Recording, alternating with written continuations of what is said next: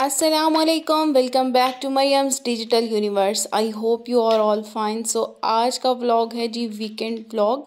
Saturday का दिन जो होता है हमारा ऐसे ही होता है कि जैसे हमें बहुत ही टाइम के बाद एक हेक्टिक रूटीन से बचकर अपने लिए कुछ टाइम मिल जाता है। कुछ जो हमने कुकिंग जो हम काफ़ी देर से कुछ ऐसी डिशेस जो टाइम कम होने की वजह से बना नहीं पाते हैं तो हम वीक डेज़ पर ही उनको रखते हैं।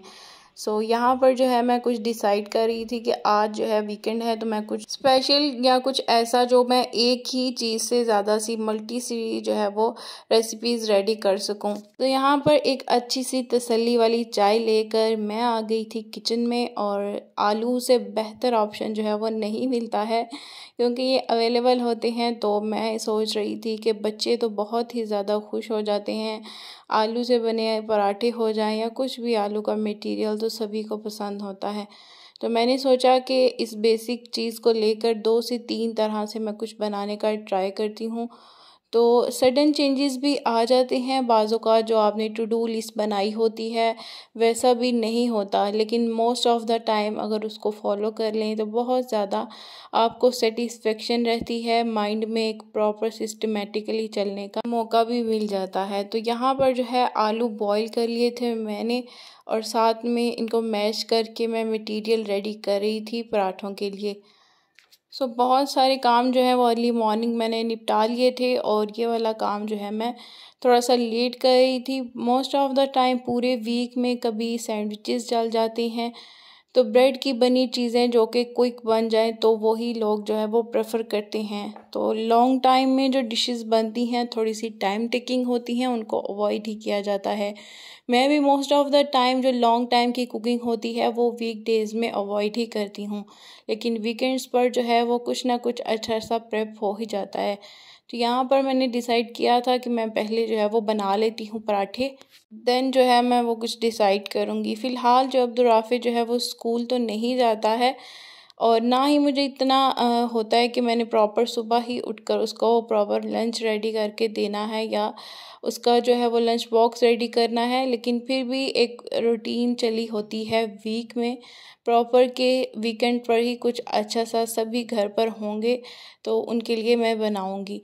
तो आज मैंने सोचा कि सबके लिए जो है वो पराठे बनाते हैं, देन कुछ और जो कि बेसिक इसी जो है वो चीज़ को लेकर मैं चलूँगी। तो चीज़ें बाज़ों का जो है वो मेन्यू के मुताबिक नहीं चलती हैं, लेकिन मैं बहुत कोशिश करती हूँ कि जो मैंने टू डू लिस्ट बनाई थी उसी के अकॉर्डिंग चीज़ों को लेकर चल सकूँ ताकि चीज़ें प्रॉपर टाइम पर हो सकें और बहुत ही अच्छा सा सेटिस्फेक्शन भी हो एक होम मेकर को।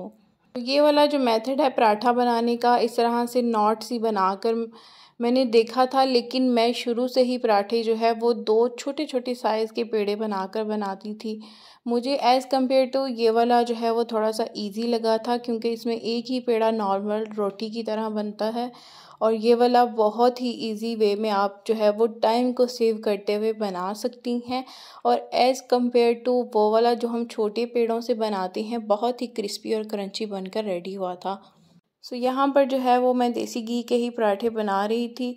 मुझे ऐसा पसंद तो नहीं है, लेकिन जब कभी मूड होता है, जैसे वीकेंड्स जो हमारा जो है वो हॉलीडेज़ होती है, हम वेकेशंस पर होते हैं, अपने आप को समझते हैं कि हम बहुत रिलैक्स हैं तो अच्छा खाया भी जाता है, एक रिलैक्स रूटीन फॉलो की जाती है। तो यहाँ पर पराठे रेडी हो गए थे, साथ में मैं जो है वो चाय भी रख ली हुई थी और बन गई थी, लेकिन थोड़ा सा जो है मुझे लग रहा था कि ठंडी हो गई है।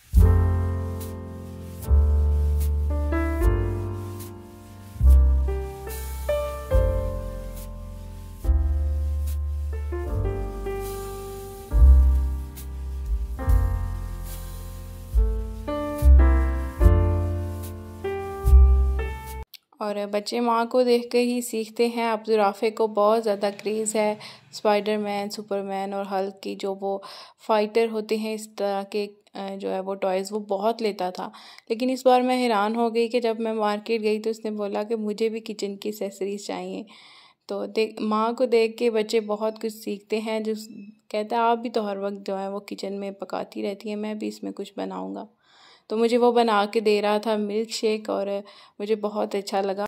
तो ये बहुत ही ज़्यादा डिपेंड करता है इन्वायरमेंट पर, तो इन्वायरमेंट डिपेंड्स अ लॉट।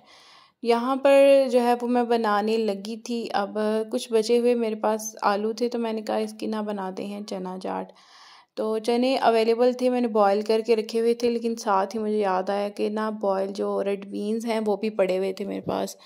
तो मैंने कहा थोड़े से वो ऐड कर लेती हूँ और एक ज़बरदस्त सी ये भी डिश जो है वो रेडी हो जाएगी। यहाँ पर मैं कटिंग को थोड़ा सा अवॉइड कर रही हूँ। लास्ट टाइम यही वाली नाइफ़ जो है बहुत बुरे तरीके से मुझे लगी हुई है, और मैं देखिए अब अवॉइड करके ही कटिंग कर रही हूँ। जो नई हम नाइफ़ लेकर आते हैं बहुत ही शौक़ से उससे अच्छी सी कटिंग भी हो जाती है, और मैं भी खुशी में बहुत स्पीड के साथ लगी हुई थी और अचानक ही ध्यान नहीं रहा। व्लॉग बनाते हुए बहुत ज़्यादा जो है वो हेक्टिक हो जाता है। नॉर्मल तो आप एहतियात ही करते हैं, लेकिन यहाँ पर जो डुअल आपके माइंड में चल रहा होता है कि पता नहीं एंगल भी अच्छा आ रहा है कि नहीं, तो उसी जो है वो भगदड़ में मुझे पता ही नहीं चला कब मुझे बहुत ज़बरदस्त नाइफ़ जो है वो लग गई थी। तो इस तरह से अब मैंने रेडी कर ली है यहाँ पर चाट। साथ में जो है वो दही को थोड़ा सा मैंने फेंट लिया था। आप चाहें तो यहाँ पर जो पानी पूरी की रेसिपी में मैं पानी बनाया था ना, वो भी ऐड कर सकते हैं, वो भी बहुत ही ज़बरदस्त रहता है इसके साथ। और सर्व यहाँ पर मैं स्मूदी कप में कर रही हूँ। मैंने बहुत दफ़ा ट्राई किया है कि जो अमूमन कटोरी में बनती है चाट, उसकी बनिस्बत जो होती है ये आप अगर ग्लास जार में, इनके जो वर्टिकल्स होते हैं बर्तन, उसमें अगर आप ये चाट सर्व करें ना, तो बहुत ही यम्मी लगती है और प्यारी और डेकोरेटिव सी लगती है। और सेम जो है वहाँ पर टेस्ट का भी डिफरेंस आ जाता है, क्योंकि प्रॉपर वो डिप होती है एक दही या जो भी आपने उसमें पानी अगर पानी पूरी वाला ऐड किया हुआ है।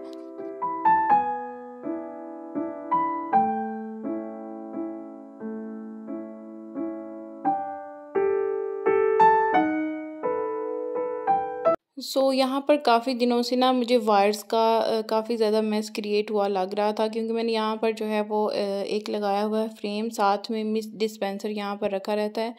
तो ये वाली वायर्स जो हैं वो उसकी काफ़ी ज़्यादा छोटी थी, तो एक्सटेंशन लगानी पड़ती है।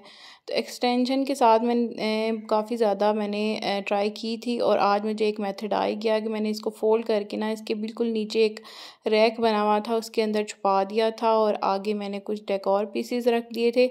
इस तरह से जितनी भी मेसी या अनटाइडी चीज़ें हैं आप उनको जो है हाइड कर सकते हैं बहुत ही क्रिएटिव तरीके से। तो यहाँ पर हाइड भी हो गई थी और बहुत अच्छे से सेट भी हो गई थी।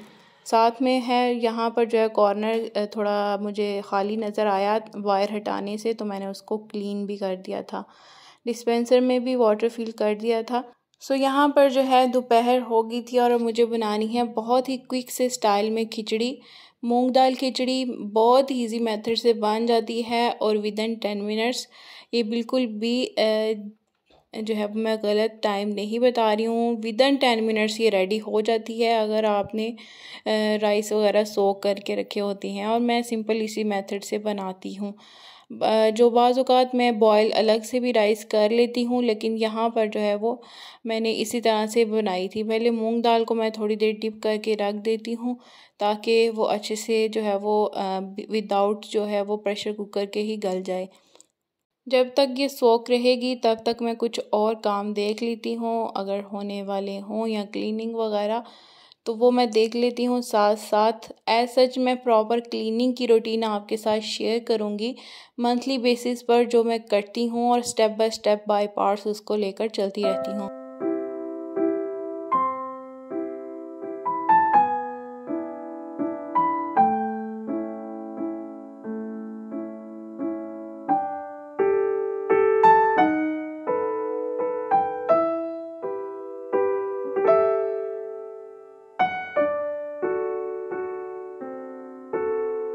वाटर बॉटल्स को थोड़ी देर बाद इस तरह से क्लीन ना किया जाए तो पानी के ही काफ़ी पड़ा रहने से वाइट कलर के इनमें स्टेन्स आ जाते हैं, जो बाद में स्मेली भी होना स्टार्ट हो जाते हैं। तो इस तरह से मैं विम डालकर थोड़ी देर जो है वो डिप रखती हूँ। इसके बाद किसी भी ब्रश से जो है वो मैं इनको अच्छे से क्लीन कर लेती हूँ ताकि वो स्टेन वगैरह जो है वो अच्छे से निकल जाए, और काफ़ी हद तक वो बिल्कुल क्लीन हो जाते हैं।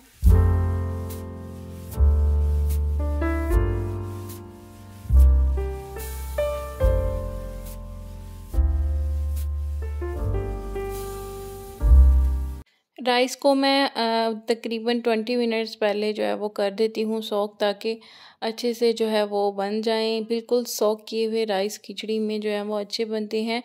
खिचड़ी को कनी रख कर तो बनाया नहीं जाता, क्योंकि मोस्टली ये तभी बनती है जब कोई ना कोई सिक होता है पाकिस्तानी फैमिलीज़ में, और खानी सभी को पड़ती है। और ऐसा ही सीन हुआ था यहाँ पर भी, और मैंने सोक करके इसको रख दिया था राइस को, और बाद में मैं इसकी प्रिपरेशंस कर लूँगी। यहाँ पर सिंपल मैंने कढ़ाई में ऑयल डाल लिया था और थोड़े से खड़े मसाले डाल लिए, साथ में थोड़ा सा ही मैंने इसमें सॉल्ट डाल दिया था, और जस्ट यही इंग्रेडिएंट्स इसमें जाएंगे। हल्का सा इसको सौटे करने के बाद मैंने जो है वो मूंग दाल डाल दी थी इसमें, ताकि वो अच्छे से जो है वो गल जाए। और प्रॉपर पानी मैंने बाद में ऐड किया था, जितना राइस को पकने के लिए चाहिए, और 10 मिनट्स में ही ये ज़बरदस्त सी बन गई थी। किसी भी टाइप के राइस हों, चाहे आपने उनको बिरयानी में बनाना है, पुलाव में बनाना है, तो सोक करना तो मस्ट है, और हर होम मेकर इसको बहुत अच्छे से जानती भी है। तो यहाँ पर जो है वो मैयर करके ही मैंने पानी डाला था। और मूंग दाल ऐसा जितना टाइम नहीं लेती है गलने में, तो बहुत जल्दी ही ये गल गई थी, और सोक की हो तो फिर तो बहुत ही जल्दी जो है वो गल जाती है।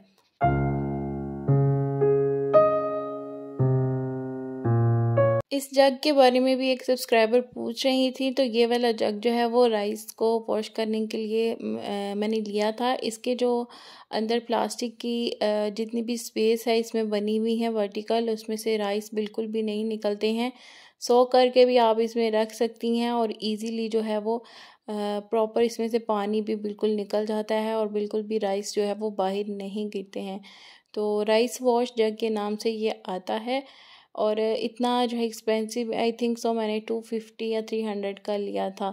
तो यहाँ पर जो है वो बन गई थी खिचड़ी, और ऊपर से हल्का सा मैंने देसी घी जो है वो इस तरह से लगा दिया था। वीडियो अच्छी लगी है तो लाइक ज़रूर करना है। Stay connected, stay happy, thanks for watching, अल्लाह हाफिज़।